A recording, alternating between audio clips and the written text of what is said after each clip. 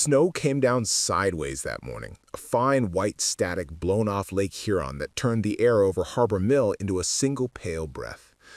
Greer Halden could feel the cold through the window glass as she scraped an ice stencil of her breath away with the edge of her order pad and watched a boy hug himself under the awning across the lot. The open 24-hour sign hummed above his head like a neon halo. The wind kept trying to steal his cap. She told herself he was waiting for someone, that a car would nose in with heat sloshing from its vents and a woman would lean across the console to call his name. She told herself things people told themselves so they didn't feel pulled apart by strangers. The bell over the door jangled. Greer tucked her pencil behind her ear and called, "Seat yourself anywhere with a clean fork, folks. I'll be right there." And then the boy stepped inside instead of a family, bringing a wedge of winter with him. He was maybe 10, maybe 11, his ears red enough to glow. He stood inside the door and scanned the room with those reflexes children develop when they've learned the faces of danger. Avoid the man in the corner who never leaves a tip. Avoid the woman with the drawn eyebrows who speaks to waitresses like furniture. He didn't know where to look until he looked at Greer. She lifted a hand like she was calming a startled foal. "Hey there," she said lightly. "Warmth is free. Sit a minute." He chose the two-top by the heater and put his backpack on the opposite chair like it was someone. Greer poured water, watched his fingers shake around the glass, and felt a thread inside her pull taut. There were rules about comping things. There were rules about kids on their own. There were rules about everything if you worked for Thunderbird Eats, a cheerful teal empire that had put its winged logo on coffee mugs and bib aprons from Duluth to Toledo. But there were quieter rules that came from a place deeper than manuals. She felt those rules wake up. Before we jump back in, tell us where you're from. If this story moves you, please subscribe. Tomorrow, I have a special story for you. "What's your name, sugar?" she asked, setting down a menu with all the prices smudged by the damp. He hesitated like his name might cost him money. "Luca," he said finally, and Greer filed it away next to the unzipped jacket, the thin socks, and the tremor she could see in the muscles along his jaw. "You can use the bathroom to warm your hands under the dryer if you want. It screams like a banshee, but it throws heat." He tried a smile and failed. "Is it okay if I just sit?" "Sit as long as your legs like sitting." She leaned in confidentially. "How special on sitting?" The joke landed enough to untie his shoulders. Greer moved through the diner like a dancer whose choreography was 100 cups of coffee and 1,000 small mercies. Ketchup bottle to a trucker, extra napkins to a mother juggling pancakes and twins, a refill to the man who took his coffee black and his solitude absolute. She took orders, she slid plates with a clean flourish, she laughed at bad jokes gently to disarm their harm. But the corner of her vision kept the boy. Trent Hollis, the morning manager, tracked everything too, but from a different altitude. He had a clipboard and a tight mouth, and a haircut with straight lines designed to tell you he made them for other people's days. "Greer," he said as she passed the pass, "you're triple sat. You slowing down or is gravity broken over your station?" She fixed her smile to him the way you fix a painting that keeps tilting. "Gravity and I have an understanding. Omelet 3, pancakes 5, BLT to go is waiting on bacon that apparently wants to be its best self before it commits." Trent ticked a box. "Add on cells. Push the skillet up, cell. That placard is there to be pointed at." She pointed at the boy instead, without making it look like pointing. "Kid by the heater. Cold as a fish in February. I'm going to get him a hot chocolate. Ring it on me." Trent didn't look up. "Policy is policy." "Policy also says I can buy my own mother a cup of coffee if I want. Your mother doesn't have a backpack bigger than her torso. And if he's a walkout, you just taught him generosity is free." Greer kept her tone as even as the stainless steel counter. "It is, in a perfect world.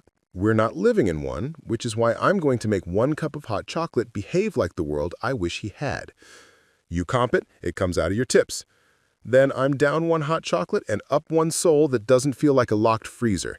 She tapped the side of the mug warmer. "Ring it." She didn't wait for permission. She didn't need it to do a small, right thing. 2 scoops of powder, milk steaming until it rolled like fog, a cap of whipped cream that she dusted with cocoa like it was a small snowfall meant just for him. She slid the mug gently, like a candle, and watched the heat climb back into his face as if invited. "Hey, Luca." she said, keeping her voice in that bright, quiet range that children and skittish dogs both trusted. "I've got a question I ask all my experts. Marshmallows, architectural feature or structural hazard?" He blinked, surprised by a question he could answer. "Architectural," he said, the word deliberate between his chapped lips. "You can make walls out of them." "Then walls it is." She arranged 4 mini marshmallows like bricks along the rim. He watched them soften, the corners rounding, the hard day beginning to lose its edges. "You want me to start a grilled cheese?" "House trick is I fold the cheese so there's a seam and it melts in 2 stages, like a magic show." He looked at her hands, then away. "I don't have money," he got out, shame like a bruise on his voice. "Then it's a staff meal," she said easily. "We do that for crew when the weather tries to eat us, and today, your crew. You've been promoted without the paperwork. Don't worry, I'll tell HR." She tipped her head toward the kitchen. "Back in a sec."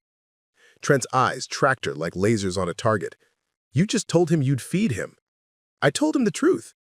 She slid bread onto the griddle, the butter singing its small hymn. "It's 1 sandwich." "It's 1 precedent," he said, hovering. "We have metrics. Corporate is in town all week." He said corporate the way sailors said storm. "I have metrics too. My metrics are kid's core temperature, kid's dignity, kid not crying in a public place that sells happiness by the bottomless cup." Trent sighed loud enough to be a sound effect. "You're on thin ice. I'm noting this." His pen squeaked. "I live on thin ice," she said, and she didn't mean the job. She meant the light bill and the rent due in 3 days, and the past due notice from the mechanic about the fan belt screaming in her '07 sedan. She meant the 2 shifts she'd picked up, and the 3rd she couldn't because her sister needed a ride to the clinic in Gray's Crossing. She meant the phone call last night from the landlord, concession in his voice, but not in his math. Thin ice was where she did her skating and her miracles. The sandwich went out with a pickle that looked like a green smile. Luca's eyes had that wild conflict of gratitude and fear, wanting to devour, wanting to hide. Greer set the plate down and stepped back like it might be a deer she'd lured close. "Eat while it's loud. Food cools when it realizes it's being watched." He ate like his whole face was a thank you. He kept glancing at the door the way a person glances at thunderheads. Greer, expert in every flavor of a look a body could give, recognized it. He was waiting for trouble shaped like someone he knew. She was taking coffee to table 7 when the door banged and an air stampede tumbled in with a man whose coat had lost to the weather. He shook off snow with a tired courtesy and scanned the room fast, the way men do when their lives are broken into problems to solve and piles to reorganize. His eyes found the boy. Relief hit his face so hard the skin went soft around his mouth. Luca froze with the last bite halfway to his lips. The man crossed to him, and the boy put the sandwich down and braced in that small, ritual way children do when they prepare to be counted and found wrong. "Hey," he said, kneeling so he didn't cast a shadow. "I'm sorry, I'm late, and that's on me." His voice edged rough like he'd been talking to wind all morning. "You okay?" Luca gave a single nod that could fold inside a pocket. He began, and then stopped, because to say, "he fed me" would be to implicate her, and to say, "I ate" would be to admit he had. "It's on staff meal," she said, arriving like she meant to refill a water. She made sure her tone held no want that could embarrass him. "We run those when a storm chews the map." The man looked at her as if she had just translated his boy's heart into a language he could touch. Gratitude moved across his face, quick like light across a window in late afternoon. "Thank you," he said, and it wasn't the pressed penny kind of thank you people toss into service. It was the heavy kind that lands and stays. He glanced at Trent, at the clipboard, at the corporate posters about community and kindness printed in the approved font. "How do I settle up?" Greer shrugged one shoulder. "Already settled. He's crew." "Is that so?" Trent said, from the pass-through, a smile stitched onto his mouth in the shape of a warning. "The POS doesn't list crew as a form of tender." He came around the counter, the smell of aftershave arriving before he did. "Sir, great to have you with us. We love families here. We also love compliance. So let's make sure we're doing both." The man stood, shifting so his body was between Trent and the boy without making a production of it. "It looks like she did the right thing," he said mildly. "I'd like to pay for a hot chocolate and a grilled cheese, please." "And the policy violation, which is more expensive than lunch." Greer felt heat climb her neck. "Trent!"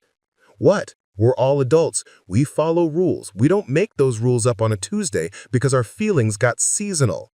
He turned to the man. "It's nothing crazy. She'll be fine with a write-up." The man's eyes ticked to Greer's nameplate, then back to her face.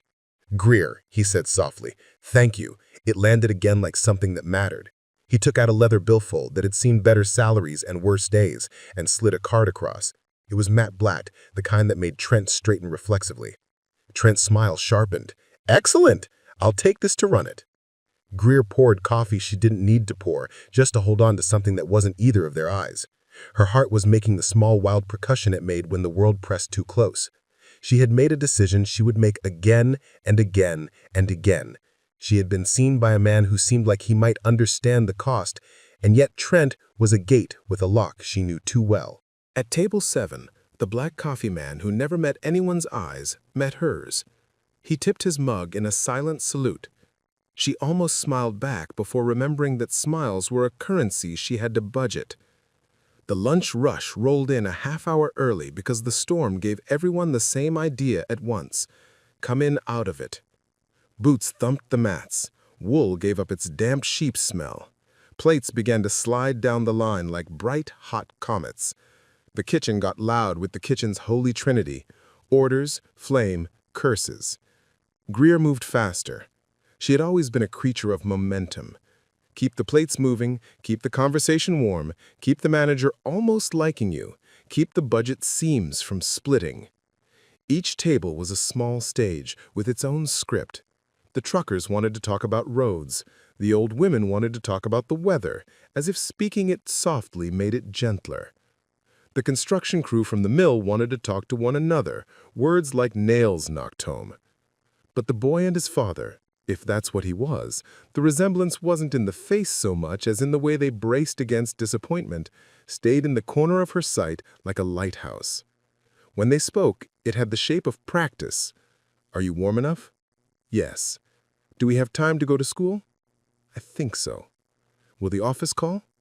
Probably. Will Mom? There was an edge there, a cliff that conversation did not climb. Trent returned with the check presenter like a man carrying a judgment. He set it on the table with ceremony. "Thank you for choosing Thunderbird today," he said, beaming. "We're proud to be your neighborhood stop." He had a way of speaking that said the trademark symbol out loud. The man opened it. His expression didn't change, which told Greer it contained the sort of number people swallowed rather than said. He glanced at her again, and this time something measured flickered behind his eyes that Greer didn't know how to read. "Can we get a receipt?" he asked. "Of course," Trent said. "And if I could get a name for our guest book, corporate loves to see folks." The man's smile was polite and featureless, like a hotel painting. "You can put L. Hart if you like." "Wonderful." Trent wrote it down like it was a trophy. "We appreciate your business. We appreciate all of this." He made a vague circle with the pen that seemed to include the boy, the weather, and the moral high ground. They left quietly, the boy warmed to a glow that would last him at least 2 bus stops. The man touched 2 fingers to the brim of his ruined coat at the door, like a soldier acknowledging orders he intended to alter later. Greer watched them cross the lot and get swallowed by the blowing white. A little of that white was inside her. She had done a right thing, and yet the cost of it hung in the air like a bill you tuck in a drawer unopened. The next hour was work at a pitch that left no room for regret. Greer moved like a woman with an orchestra in her head. The ticket sang. Her pen had a rhythm. Her hands burned once when she caught a plate by the edge as it slipped from a busboy's damp grasp, and she hissed and shook it off and smiled anyway. Pain later, grief later, rent later. You do what's in front of you. That was her doctrine and her salvation. When the dining room thinned to the careful quiet between storms, Trent called, "Office." He never said please. He thought the word was a weak hinge. The office wasn't really an office. It was a supply closet with aspirations. A desk, a rolling chair that squealed in a register only dogs and Greer could hear, and a framed poster about excellence. Trent closed the door and sat like a judge. "You know why we're here." "Because weather exists," Greer said, and then, at his look, softened it. "Because I fed a kid." "Because you violated policy number K7, which states that staff meals are for employees only, and all comped items must be manager approved. Because you made a decision that puts the store in a precarious precedent position. Because, pay attention to this part, corporate has eyes on us this week. We're up for a regional award, community consistency. I need clean lines. Greer stared at the poster until the word excellence got blurry. Do you know what that boy's hands felt like when he wrapped them around a mug? They felt like something the world had left out on a step overnight. And if that kid becomes someone who knows a diner is where mercy lives, that's worth more than this. She gestured to the clipboard. You give away product and the world lines up around the block to be pitied. You want to save kids? Go work at a shelter. But while you're here, respect the system that keeps your tips coming. He slid a paper across the desk. Sign. It's a write-up. It goes away in 6 months if you behave.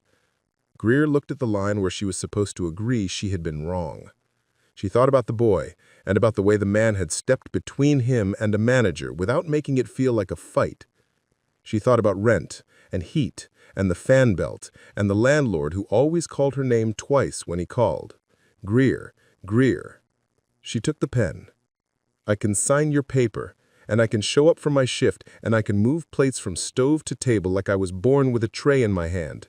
But I can't write down that I regret feeding someone who needed to be fed. She signed her name with a flourish that was privately for herself. Trent pursed his mouth so tight it almost disappeared. One more and you're on probation. He opened the door like a dismissal and then stopped. Oh, and there's a call. Someone asked for you. Greer's stomach did a small elevator drop. Calls that asked for you were either trouble or miracles. There wasn't much middle. She took the handset at the host stand and turned toward the window so she could watch the weather talk to the parking lot while the voice came through. Thunderbird Eats, Harbor Mill, she said. This is Greer. A male voice, calm, precise. Ms. Halden, this is Logan Hart. The name meant nothing to her until it did. Hart from the receipt. Hart, the man who carried gratitude like an instrument tuned by years. I wanted to say thank you without your manager standing like a police siren between us. She laughed before she remembered to be careful. He does spin, but he frets because it's the instrument he knows. I respect fretting, Hart said. It means someone believes in cause and effect. There was a pause that felt like someone looking at a different page in the conversation. Would you be willing to meet for 10 minutes after your shift? I owe you more than the moment allowed. In Greer's head, two voices had it out.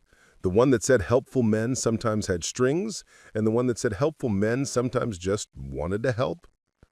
I have a car that sounds like a violin string about to snap, and a landlord who thinks weather is recreational, she said lightly. But I can give you 10 minutes if we make it quick. Quick, he agreed. Out front, no tricks. And bring your manager if you feel safer. I feel safest with my own spine, she said, and he laughed in a way that told her he had earned his laughs. See you at 3. She hung up, and Trent was there like a conjured problem. Who was that? Receipt guy. Wanted to say thank you. Thanked the register already, Trent said. Suspicion sat badly on him. It made his features grimace. What'd he want? Nothing I couldn't give him in under a quarter hour. Trent squinted. If he asks for a favor, loop me in. We don't want to be in the news for the wrong reason. What's the wrong reason? Any reason, he said, and the way he said it told her he had a list. Greer finished her shift with the tight focus of a surgeon stitching closed a wound that wasn't allowed to bleed. At 2:57, she clocked out.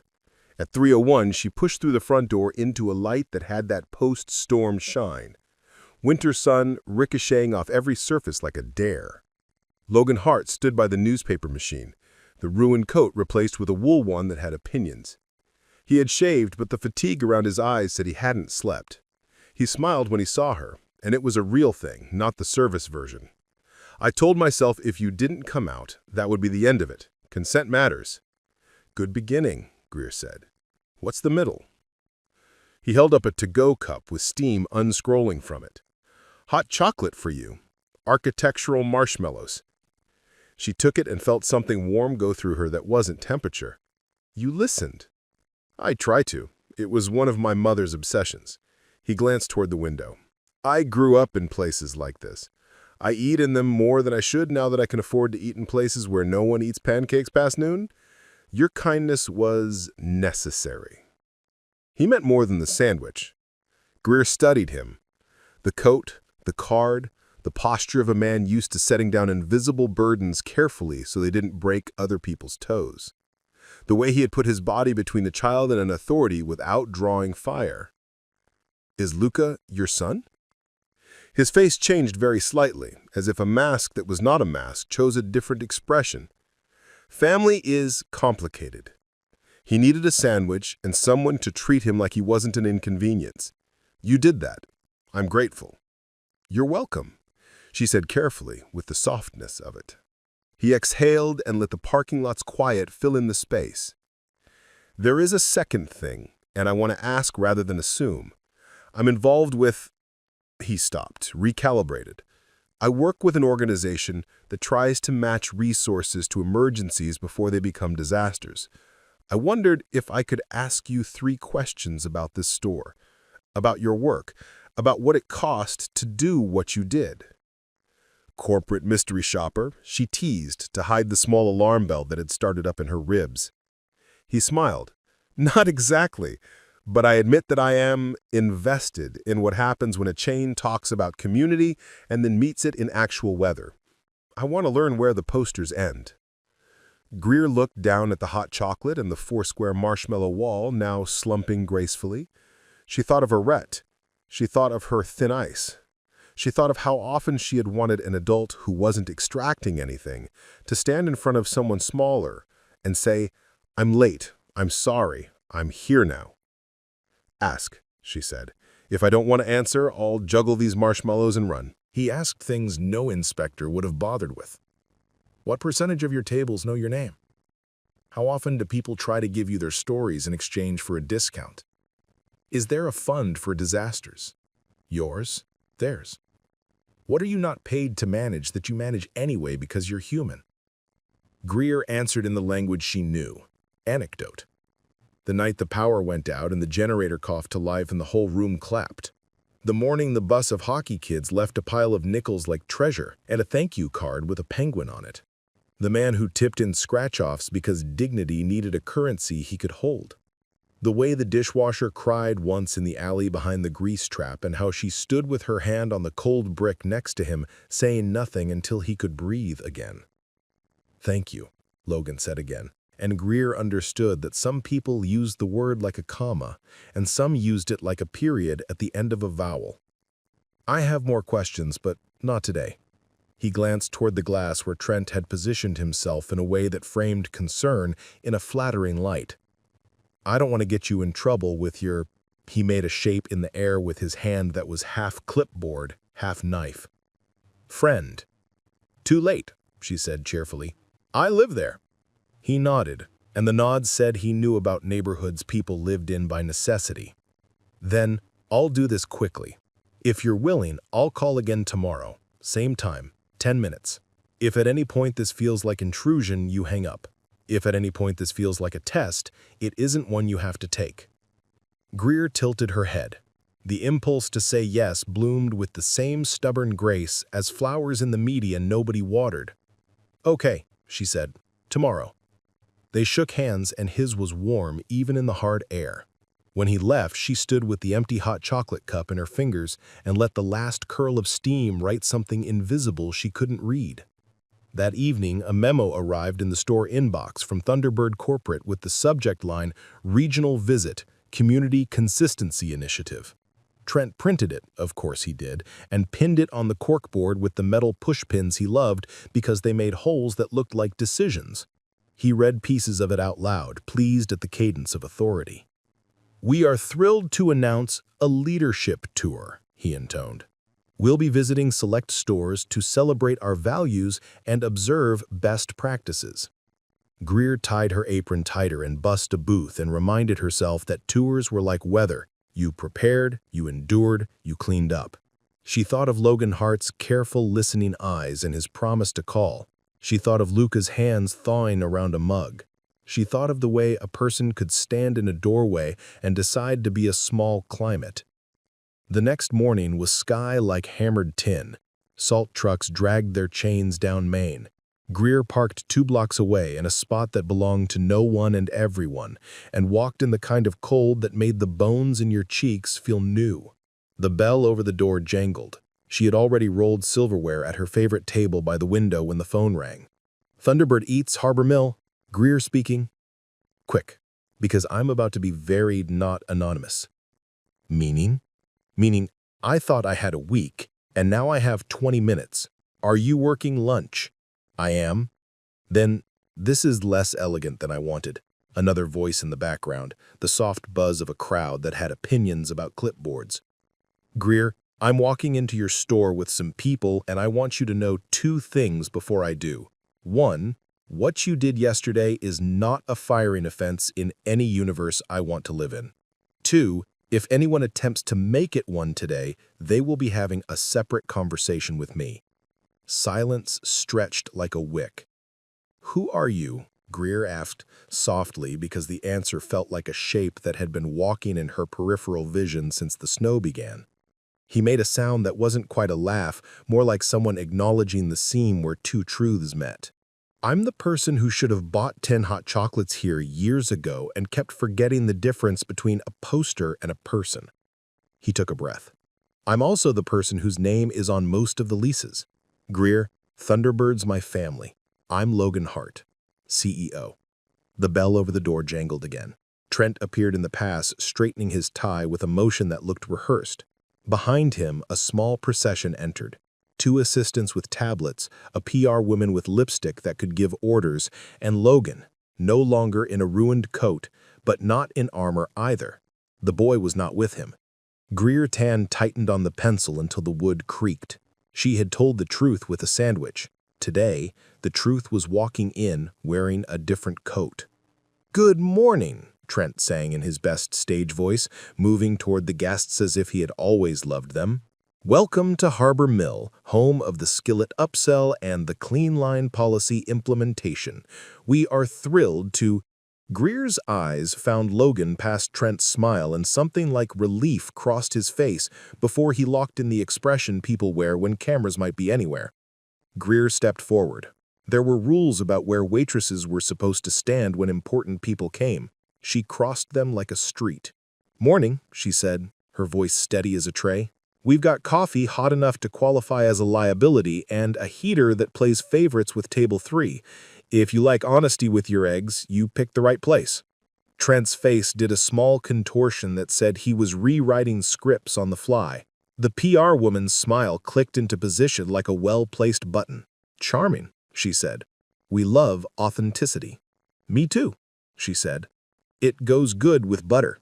Logan cleared his throat.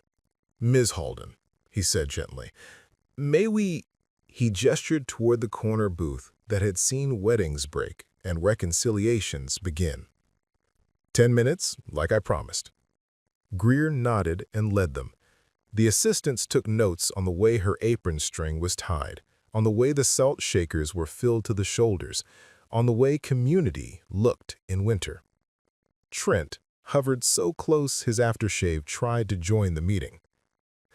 Logan set his palms flat on the table, like a man trying to steady a ship. "This is going to be messy," he said, not in apology, but in truth. "Because yesterday, I was a man grateful to a woman who fed a boy.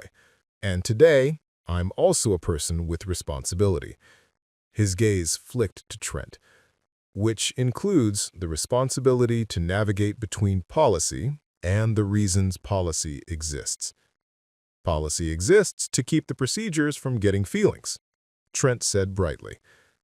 "Policy exists," Logan said, still calm, "to make sure a store runs without one person carrying it on their back until the chiropractor knows their name."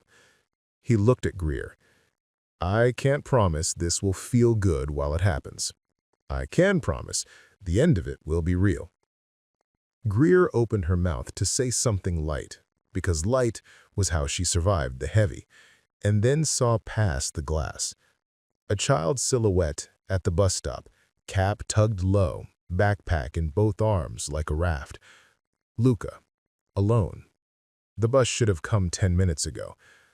The sky had gone the color of a bruise again. She stood so fast her chair ticked the tile. "I'm sorry," she said, already moving, voice low and intent. "There's a kid out there waiting on a bus that's late in weather that doesn't love skinny people." She looked at Logan. "I can't sit while that's true." "You're not sitting," he said, already rising. "We'll walk." He looked at Trent. "This is your store. Hold the floor for 5. He didn't ask. They pushed out into the cold that had teeth. The bus stop was a tin rib cage with a bench bolted inside. Lucas sat on it, but the right word was perched, as if in case he needed to flee quickly. When he saw Logan and Greer, he tried to turn his fear into the shape of politeness and failed. "Bus is stuck down on Mill," a man with a shovel called from the curb. "Snowbank ate it. Driver's calling for help." Greer shrugged off her apron and put it around Luca like a ridiculous cape. "Okay," she said, and made her voice a room with windows and heat. "Okay." Logan crouched to Luca's height.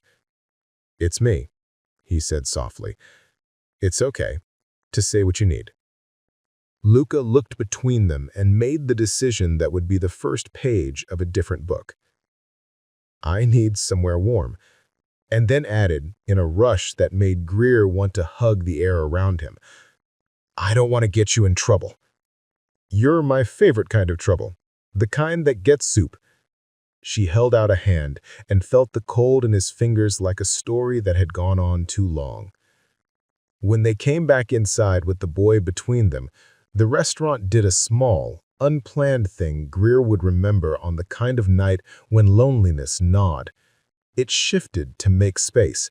The old women moved their sugar packets. The construction crew slid down.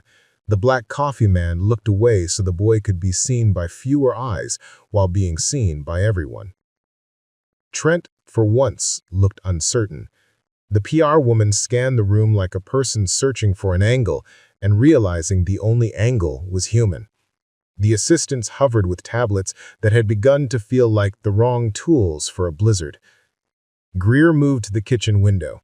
"Tommy," she called to the cook, "can I get a bowl of the potato leek with the buttered top and—" She looked at Luca. "No pepper flake?" Tommy lifted a ladle like a benediction. "Coming up." Greer set the bowl in front of Luca like she was setting down a small moon. Steam rose. The boy stared at it as if wonder could be eaten with a spoon. Logan stood beside the booth, hands in his pockets, as if to keep from rearranging a world too quickly.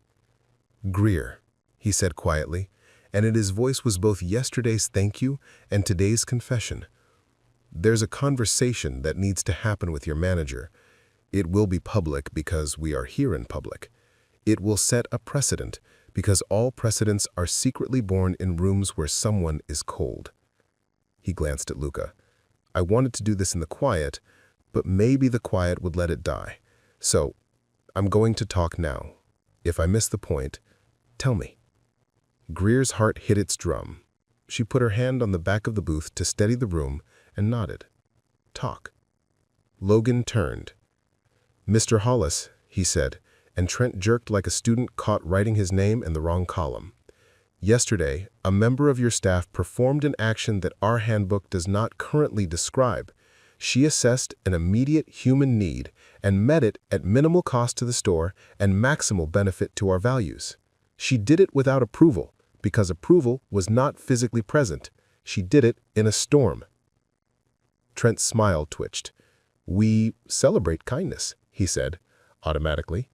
"And then," he continued evenly, "you punished her."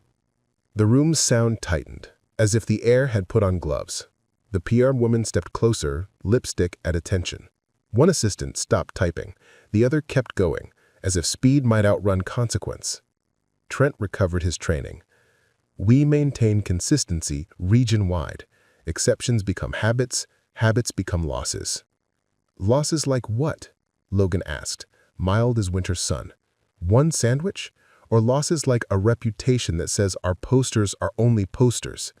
He looked at Greer. "How much was the grilled cheese?" $4.99, she said, pulse in her throat like a bird. And how much is a store full of people who believe the word community is a promise and not a prop? He didn't wait for an answer. I'm amending Case 7 today, he said, to no one and to everyone. Manager's discretion becomes staff discretion within a narrow lane. Food waste, weather events, and minors.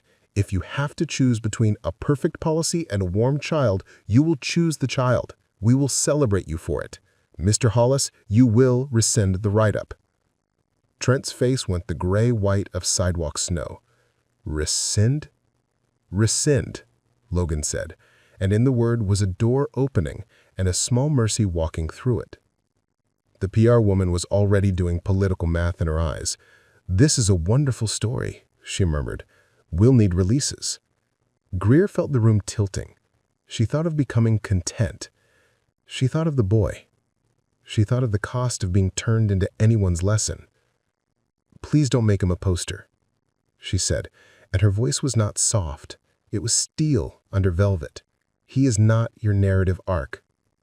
Logan turned his head and met her with something like gratitude, but deeper. We won't, he said, simply. And Greer believed him because he had looked at a child and said, I'm late, I'm sorry, I'm here now. The door jangled again. A man stepped in they did not expect. He wore a city parker with an EMT patch and an expression like a cliff, carved by weather, unforgiving of shortcuts.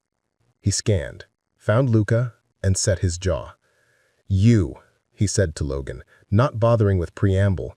You were supposed to drop him at the shelter intake, not at a bus stop. Logan's face changed in a way Greer would later learn meant he was accepting blame like a piece of equipment. Heavy, necessary. Keep it balanced or it crushes you. I made a call, a bad one, he said. You made a mess, the EMT said, and the court hearing is an hour. Greer's breath snagged. Court? Logan gave Luca a look that was apology and promise braided together. I will fix what I can, he said. I will not leave you alone. The EMT snorted. You can start by coming with me now. He jerked his chin toward the door. Bring the kid, and whoever she is, he added, tipping his head at Greer in a way that he had already identified the person in the room who got things done. Me? Greer said, startled. You know how to talk around clipboards, and the boy trusts you like you're a door that opens. Everything in the diner leaned forward. The PR woman's eyes brightened with the possibility of a new shape of story. Trent looked like he wanted to insert a policy between Greer and whatever this was.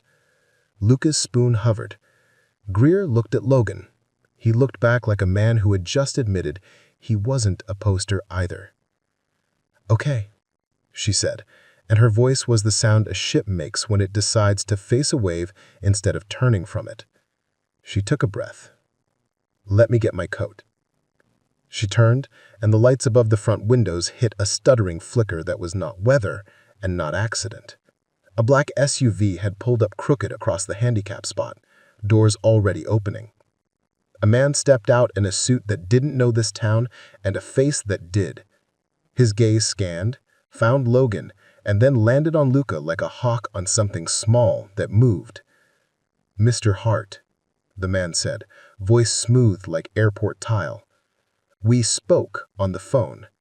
He reached inside his jacket and lifted a folded paper with a seal that Trent sucked a breath like he'd swallowed a coin. Emergency petition, he said. Temporary custody transfer. He smiled. It was not for eating. Greer felt the room's temperature drop back to storm. She saw Luca's fingers whiten around his spoon. She saw Logan's jaw set like a locked box. She saw the EMT step forward and stop because there were places even brave people hesitated to go. And then the man in the wrinkled wool coat lifted his eyes and said, This story took us a long time. If you like it, subscribe. Now, back to the story. His father. The man finished, the words landing like a gavel Greer hadn't known the room was waiting for. The paper with the seal hovered between the suited stranger's fingers like a threat you could fold up and carry in your pocket. The restaurant's winter quiet cracked. A fork chimed against the plate 2 booths away. Luca flinched, barely, but Greer felt it. The microquake that travels through children when rooms choose sides. Greer had not expected the relief that came with the sentence. It was a strange relief, complicated, a warm thing braided with warning. She had suspected, somewhere between the ruined coat and the apology that had felt like a vow, that Logan was more than a man who bought hot chocolate correctly. But the fact of it shifted the room's gravity. Father. The word came with rights and obligations and histories that could not be smoothed with a manager's pen. The EMT lifted his chin, reading the seal like bad weather. Emergency petition from who? From me, the suited man said, polite and icy. On behalf of Miss Carden. Logan didn't move, but something in his jaw conceded the inevitability of gravity. Luca's mother, he said to Greer. He made a small, ugly smile that wasn't for anyone, just a grimace in the shape of legal truth. We're in the middle of trying to decide what safety looks like when love has bad weather. The EMT's hands relaxed, if only because the fight now had furniture and paperwork. We're still due in court, he said. Judge won't love getting scooped in a diner. The suited man, Gale, Greer's brain named him, because he had storm manners, flashed a business card smile. Then we'll argue there. In the meantime, Mr. Hart, hand the child over to my supervision, or I will call the sheriff and explain you chose to ignore an emergency order. The room inhaled. Greer heard the PR woman's careful shoes repositioned behind her like punctuation marks, moving to suit a revised sentence. Trent hovered, visibly calculating whether rescinding a write-up in front of a CEO counted as a career homicide. Logan looked at Luca, father to son, not CEO to problem. We're going to the courthouse together, he said to him softly, then to Gale. You can ride behind us, you can call the judge's clerk and preen, but I'm not handing my boy to a man whose job in this moment is to look like control instead of be it. Gale's smile tightened. You're not above the law because you own coffee cups. I know. It's why I'm walking into it. Greer saw it the way a plate runner sees the dangerous sway of 4 entrees at once. Choices, momentum, consequences. She stepped into the gap most people pretended wasn't there. He's a miner in a storm, she said, calm as a plate in the steady hand. He needs a coat, a ride, and a room where adults can do adult grammar without hurling nouns. We can do the first 2 in 5 minutes. The third belongs to your judge. Gale's gaze flicked to her like a laser. And you are? A waitress who knows when the soup is about to boil over, and the person your EMT invited because he has the gift of knowing when rooms need a translator. She looked at Luca. Hey, architect, let's put walls around you. Coat, then car. Logan seemed to breathe for the first time since the paper unfolded. Thank you, he murmured. Not the pressed penny thank you, the heavy one. They moved. The restaurant shifted again, a living organism making way around a fragile node. Tommy slid a paper bag onto the counter without being asked. It bulged with a grilled cheese wrapped in foil, an apple, 2 cookies that were the shape of mercy. The black coffee man tipped his mug again. The old women absorbed the scene with a quality Greer had only seen in people who had spent decades letting the world happen and then knitting the warmth back into it with gossip and casseroles. Outside, the air bit. Logan's car was parked modestly among other winter-weary sedans, a dark, electric thing that hummed like a cat. Gale's SUV loomed behind, square and certain.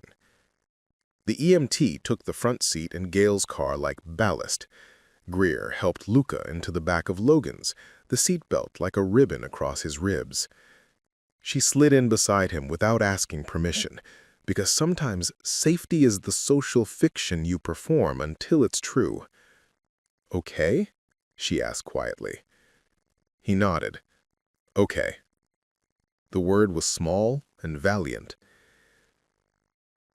Logan drove like a person who respected physics but didn't plan to be pushed around by them. The courthouse sat 3 blocks from the river, a brick square with stairs like a stern teacher.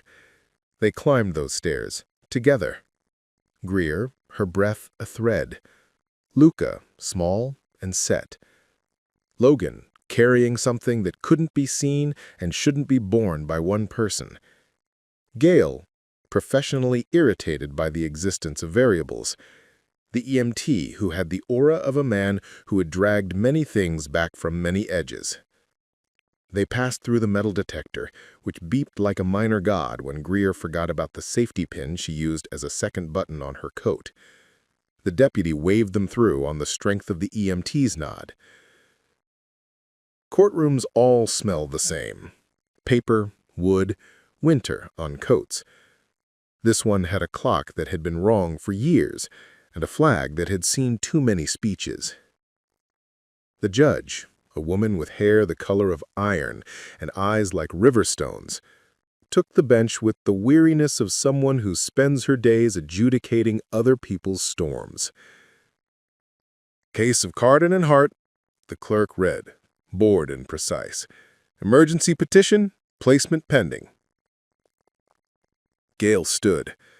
Your Honor, he began, and Greer could feel the room reach for the familiar shape of his voice. We have reason to believe Mr. Hart failed to follow the safety plan negotiated last week.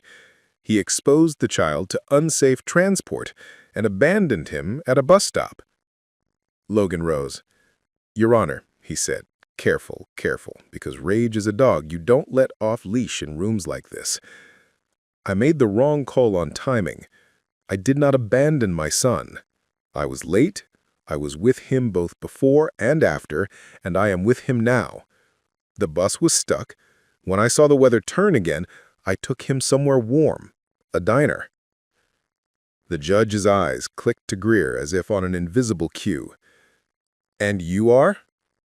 Greer Halden, she said, standing without quite realizing she'd decided to. Her voice surprised her, steady, the way a tray is steady when you've balanced more than seems possible. Miss Halden, the judge said, and Greer heard history in the syllables.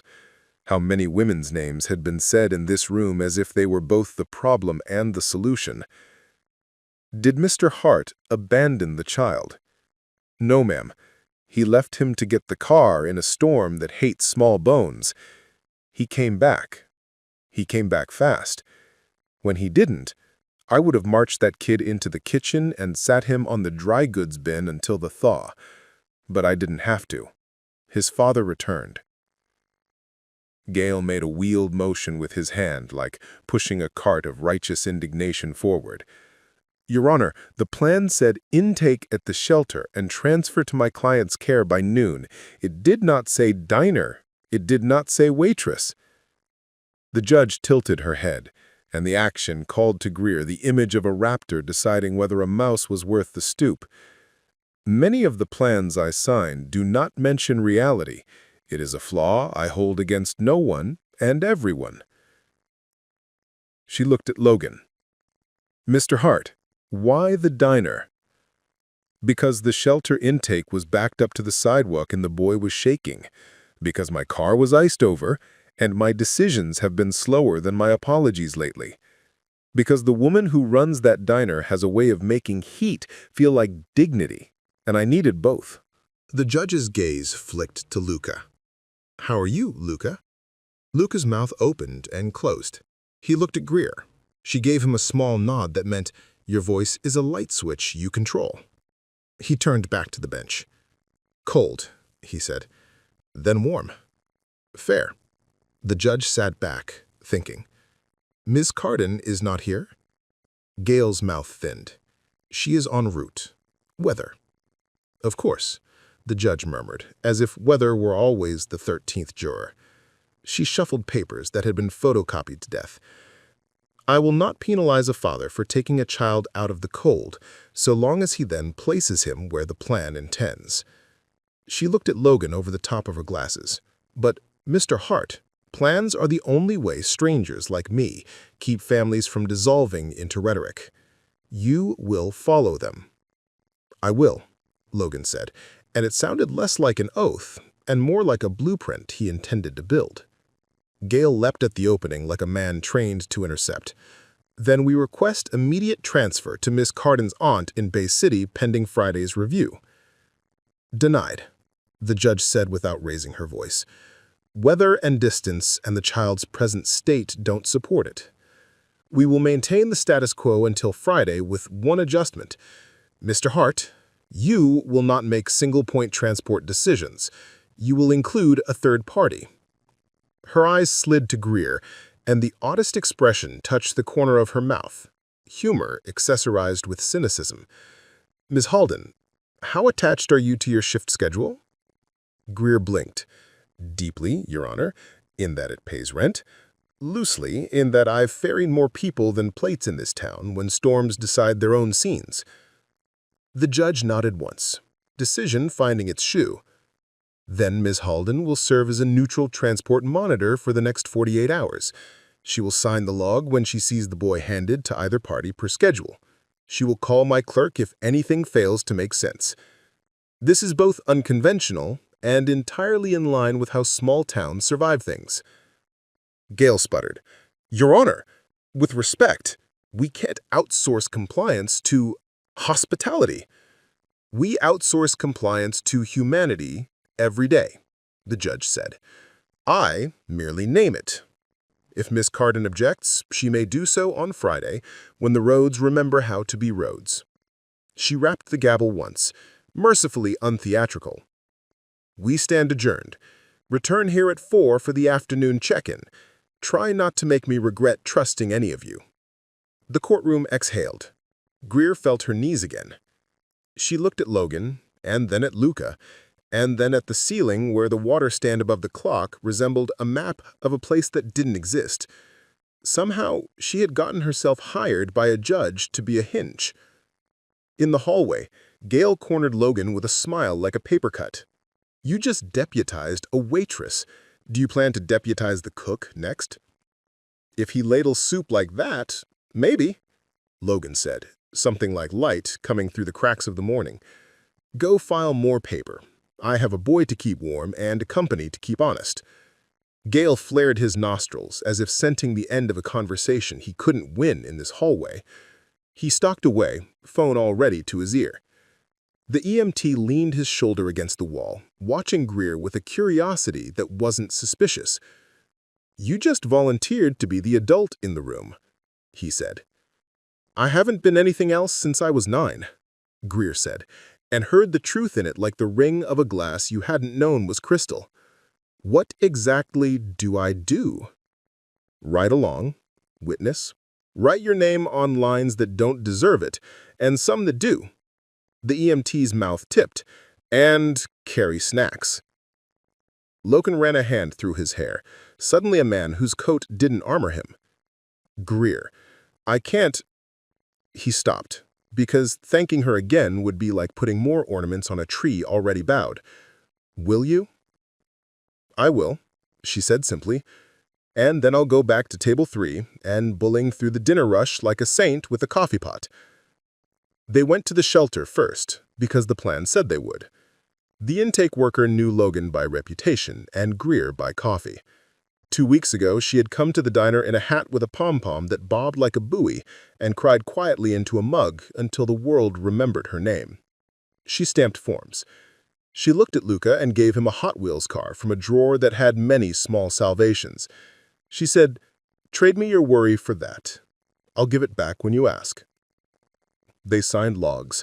They watched the way bureaucracy dressed care in boxes and lines so feelings wouldn't leak on the floor. They walked Luca to a room with a mural of a farm that looked like the memory of a cartoon. "I'll be back at 3, Logan said. "And at 6, and I'll bring actual food that didn't forget salt." "Good," Greer said, because men sometimes make promises to rooms instead of people, and she wanted the promise to have witnesses with wrists. Logan's phone vibrated then, a swallowed thing in his pocket. He glanced down, winced, and held it up so Greer could read the text. It was from someone labeled simply, "Bored." The message was short and surgical. Media wants statement regarding Harbor Mill incident. Also, rumor of labor action at 2 locations over write-ups. Handle. Labor action? Greer said. The phrase felt like a parade that had been scheduled without her permission. I rescinded a paper in public, he said. Apparently, it turns out public is contagious. He looked at her, and for the first time Greer saw how thin his ice was, too. Walk with me? I need to tell the truth to my own house before someone else tells a prettier lie. They drove to the store. The parking lot had become a festival of news vans garnished with satellite dishes like mutant flowers. Trent stood at the door trying to look like a human press release and failing only because he was too honest to be purely decorative. Inside, the PR woman had set up a tiny kingdom at the corner booth with backdrops and a ring light and assistants who were born typing. Mr. Hart, she said, already moving words into place like soldiers. We'll do a tight shot with warmth. We'll lean into values. We'll mention your humble upbringing at an outstate diner. No, Logan said, so gently it took a second to hear the steel under it. We're going to say, we make food for people in storms, and sometimes the storm is not weather. We're changing a policy because a waitress did what our brand promises while our handbook hesitated. That invites copycats, she said, reflexively. I hope so, Logan said. I hope every chain copies this. He stepped onto the low tile step by the window, the one kids use to peer at pies like future planets, and raised his hands not to calm a crowd, but to ask their permission to talk. Friends, he said, and Greer realized he was not rehearsing, he was not performing. He was building the plane in the air and trusting physics born of better principles. Yesterday, a boy walked into this building cold and left warmer. He was fed by a woman who sees people harder than she sees policy. We had a rule that made her kindness expensive. Today we don't. We have a better rule. I'm asking you to help me make it real without making it a gimmick. That means discretion, record-keeping, and trust. That means we feed kids when the world forgets to feed them, and we don't turn their faces into our marketing. He looked at the cameras, then away from them to the staff clustered by the coffee pots. And if any of you got written up for doing the right thing in a storm, tear it up. Official from me.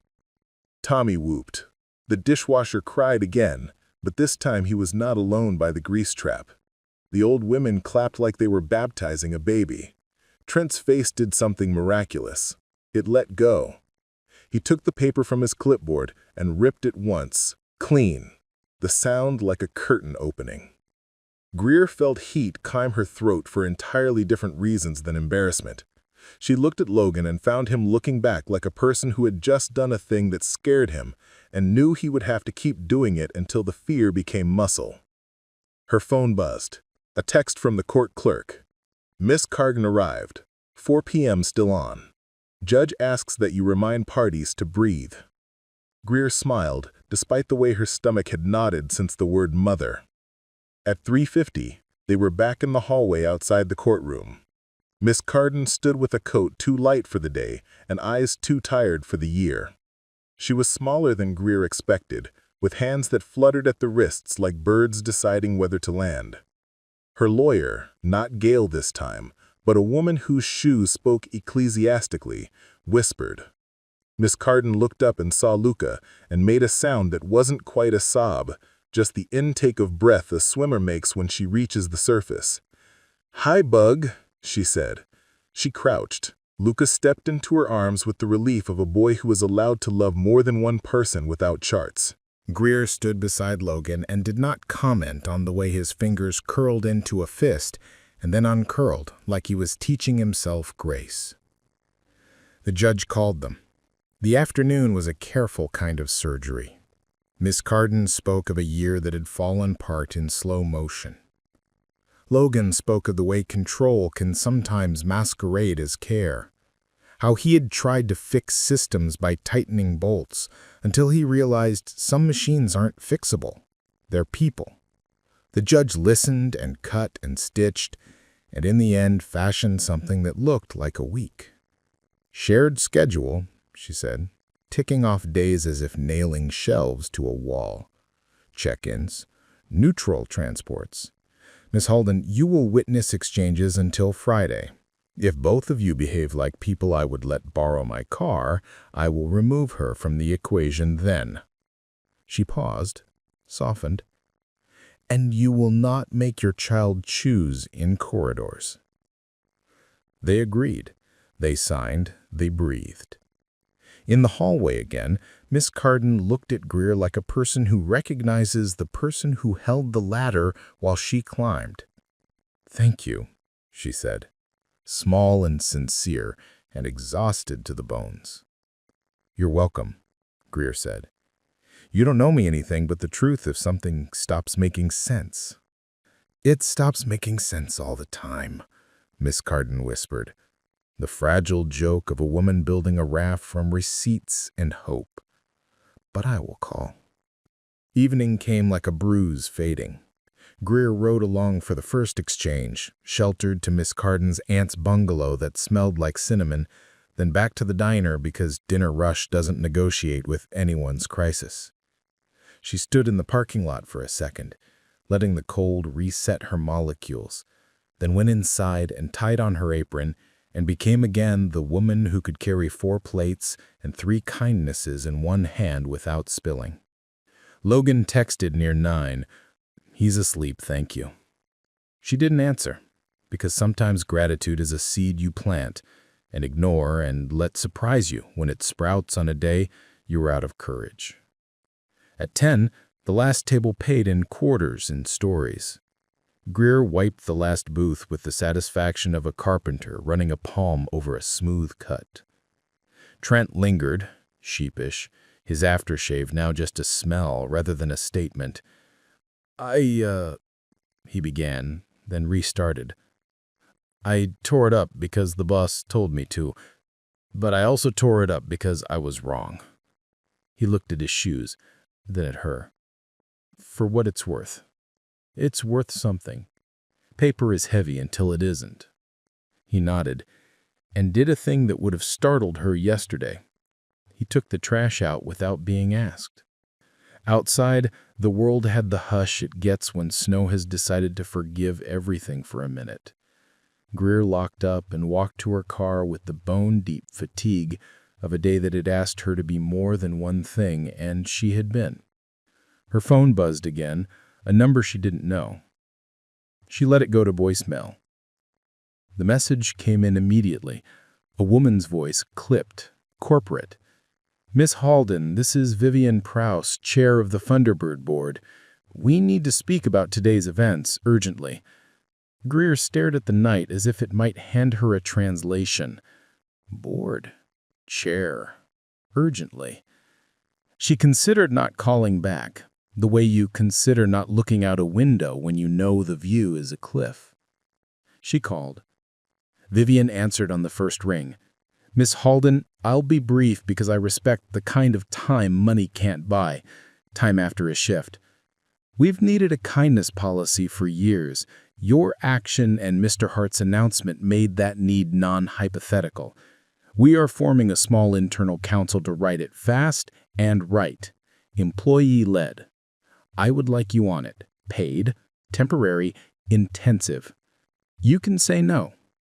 Greer leaned against her car and let the cold metal take heat she wasn't using. "I serve pancakes," she said, gently, like an objection. "You serve people, and you did it in a way that forced the hand of an institution. I chair many institutions. They only change when somebody lifts something heavy in public. We will fly you to Chicago for 3 days if you'll come." "I have a transport log," Greer said, and the odd pride in the sentence made her smile. "Bring it," Vivian said. "We'll adjust, or we'll wait. But do not tell we no because you don't think your name belongs on a policy. This is me, the lady whose signature haunts the leases, telling you it does. And Miss Halden," she softened, "this will annoy men like your manager, and then it will make them better at their jobs." Greer found herself laughing, alone in a lot, at the audacity of being seen by a woman she had never met. "Okay. If the judge releases me Friday, I'll come Saturday." "Good. Good night." She hung up, the way people who run boards hang up, with decisiveness and a soft click. Greer got in her car and listened to the engine make that violin string sound and told it, "Hold 3 more days, sweetheart." The dashboard light found the picture she kept taped under the radio, her and her sister on the breakwater last summer, pretending the lake was an ocean, because sometimes pretending expands a horizon just enough to survive another winter. Friday came 1 hour at a time, which is the only honest way to count. Greer checked boxes, witnessed hands, and learned how a judge's stern mouth could soften around a child's joke. Luca warmed like a slow loaf. He told Greer in tiny installments about math he liked and books he didn't, and how he ranked grilled cheeses by structural integrity under duress. He did not talk about nights or what came before, and Greer did not ask. She knew that some bridges are built from the far side. At 4 on Friday, the judge released Greer from the log with a look that secretly said, "If they fail me, I will draft you again." She said, "You did well. I don't say that to civilians unless I mean it." Outside the courthouse, Logan waited with a cup that steamed and a face that showed the weak. He handed her the cup. "This is not a bribe. It's gratitude in a form you've accepted before." His smile was crooked with fatigue and something like wonder. "Chicago?" "You heard," she said. "Vivian calls me when she's about to change the plane I'm flying." I rubbed my forehead. "I should have built this years ago." "You were busy pretending the posters could do it for you," Greer said, gentle and not unkind. "Truth. I would like, if you'll let me, to add another ask." He surprised himself. She could see it. He was not a man who liked asking. "Consult for me, beyond Chicago. Quietly. Teach my stores what this actually looks like when the storm isn't on television. I will pay you fairly, and I will not ask you to smile in any commercials." Greer felt something in her chest she had taught herself to ignore tilt toward yes, and then her phone buzzed with a text that made the snow go silent in her ears. From a number with no name, a photo, the diner's front window, last night, Greer in the corner of the frame, handing Luca the bowl of soup. The caption, "Nice brand story. Shame if someone learned the truth about the waitress." Another text, a second later, "Call me before this hits the board meeting agenda. G." The air went hard. Greer read it twice, 3 times, while Logan's face folded into lines she had not seen before. The lines men get when a threat chooses someone they have decided to protect. "Gail," he said, quiet, with a temperature she hadn't heard. "What truth?" Greer swallowed. The cold found the old places under her ribs where fear had lived and left furniture. She could feel the shape of what he meant and the shape of what she had not told anyone, because telling felt like opening a door you couldn't close again. "The kind he thinks buys leverage," she said. "The kind that uses the word truth like a hammer." She lifted her chin and met Logan's eyes, because if a storm names you, you name yourself louder. "When my sister got sick last year, I lied to the landlord to keep us in our place. I ran a church pantry out of my trunk without a permit, and Trent told me to stop, and I didn't, because the line at the pantry was longer than the distance between right and legal. I took cash wages once from a second job, over the table but under the light. And," her voice shivered and she made it still by force, "and the night before last, when the pipes burst in 3B, I moved Mrs. Estrella into the diner after close and let her sleep in booth 6 until the morning. You can fire me twice for that if you want." Logan's mouth opened, then closed. He looked for a breath, like a man trying to choose between rage and reverence. "I don't want to fire you," he said finally. "I want to buy you better boots." He took out his phone. "And I want to call a man who thinks he can aim a threat at a woman who fed my son and explain to him he has mistaken the weather." He glanced up, more apology than question. "May I?" "You may," Greer said. "But before you do, you should know one more thing." She stared at the snow and rehearsed the words she had not planned to say today or this week or maybe ever in front of anyone with a clipboard. "The reason I know what boys look like when they brace for trouble is because I braced for years. I left at 16. I forged a signature on a lease and learned how to stretch pancake batter into dinner and how to listen to a girl's breathing through one thin apartment wall to know if she was crying too quietly. If someone wants to call that a crime at a board meeting, he can. But I am not afraid to be exactly what I am in a room full of men. Not anymore." The wind off the river shifted like a crowd changing its mind. Logan put his phone away without dialing, just for a second, as if the wisdom was not in the call, but in the angle of this moment. "Then I won't speak for you," he said softly. "I will speak beside you."